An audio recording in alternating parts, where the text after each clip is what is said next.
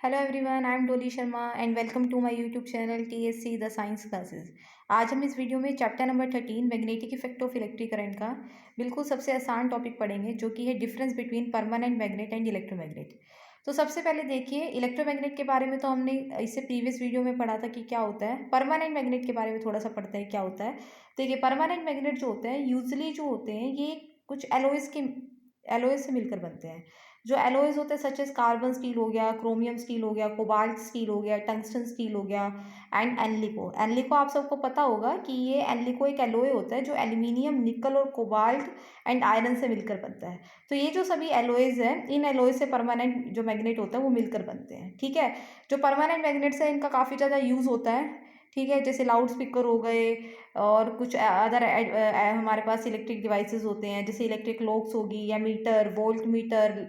तो इनमें भी जो होते हैं ये परमानेंट मैग्नेट्स का यूज़ करते हैं। ठीक है, बार मैग्नेट जो फर्स्ट पॉइंट है, देखिए डिफरेंस में, जो बार मैग्नेट है वो एक परमानेंट मैग्नेट होता है। ठीक है, वो इन्हीं एलॉय से मिलकर बनता है जो भी मैंने बताए हैं। अब इलेक्ट्रोमैग्नेट, जो इलेक्ट्रोमैग्नेट होता है वो परमानेंट नहीं होता, वो टेम्पररी मैग्नेट होता है, क्योंकि इसकी मैग्नेटिज्म जो होती है वो तब तक होती है जब तक इस मैग्नेट के अंदर क्या करते हैं, इलेक्ट्रिसिटी पास कराते हैं, करंट पास होता है। हमने इससे प्रीवियस वीडियो में पढ़ा था कि सोलेनोइड के बारे में पढ़ा था। जो सोलेनोइड होता है वो इलेक्ट्रोमैग्नेट बनाने के काम आता है।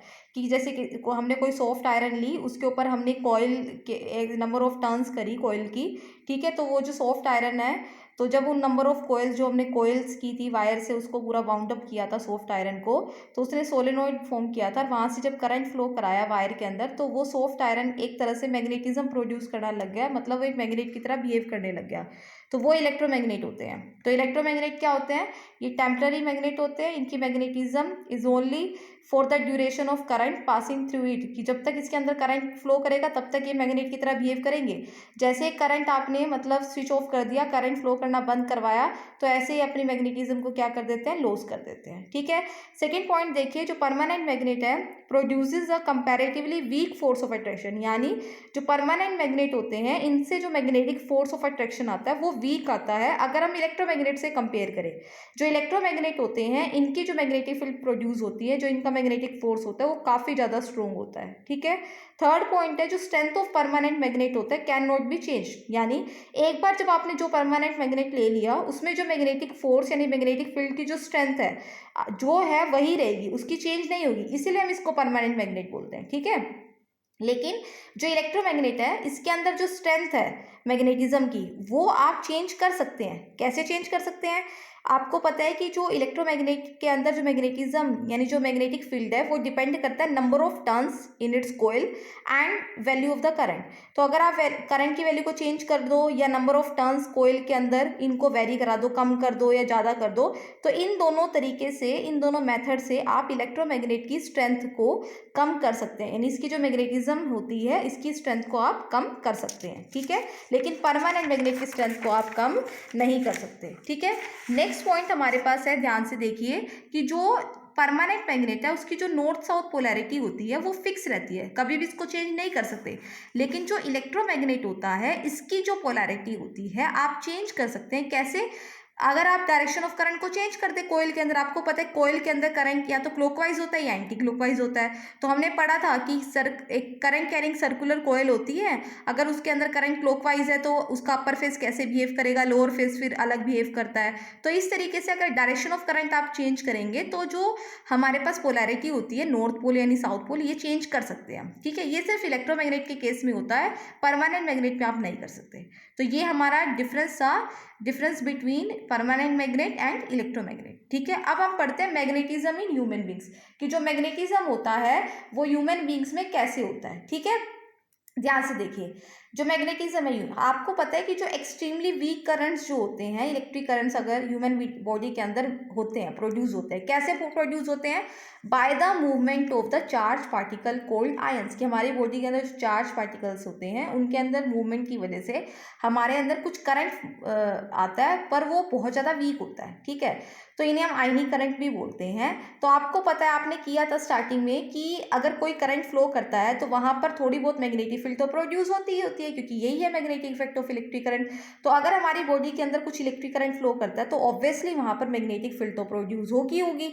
क्लियर ना। तो वहाँ पे हमारी जो ह्यूमन बॉडी होती है उसके अंदर मैग्नेटिक फील्ड प्रोड्यूस होती है। कैसे?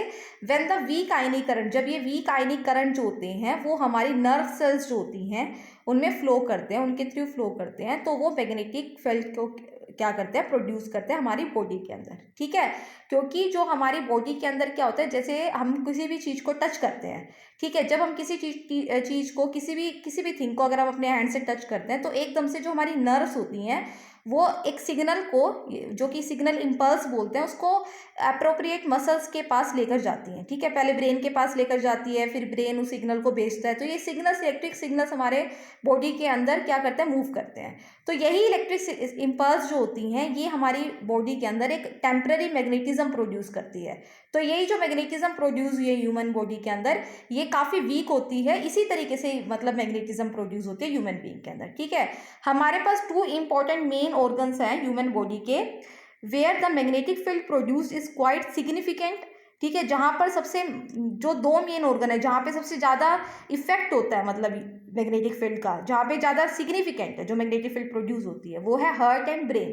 जो हमारा हार्ट है और जो ब्रेन है, यहाँ पर सबसे ज़्यादा मतलब ज़्यादा सिग्निफिकेंट, ज़्यादा इफेक्ट होता है। तो आपने देखा होगा कि एमआरआई कराते हैं, एमआरआई क्या होता है, मैग्नेटिक रेजोनेंस इमेजिंग, यानी एमआरआई करा के हम जो डॉक्टर जो होता है वो हमारी बॉडी के इंटरनल पार्ट्स की इमेज लेता है, और फिर जो इमेज लेकर ये हमें ये बता सकता है एमआरआई के थ्रू कि हमारी बॉडी के किसी पार्ट में कोई प्रॉब्लम तो नहीं है, यानी कोई मेडिकल प्रॉब्लम तो नहीं है। तो मेडिकल डायग्नोसिस के लिए काफ़ी ज़्यादा यूज़ किया जाता है एमआरआई का।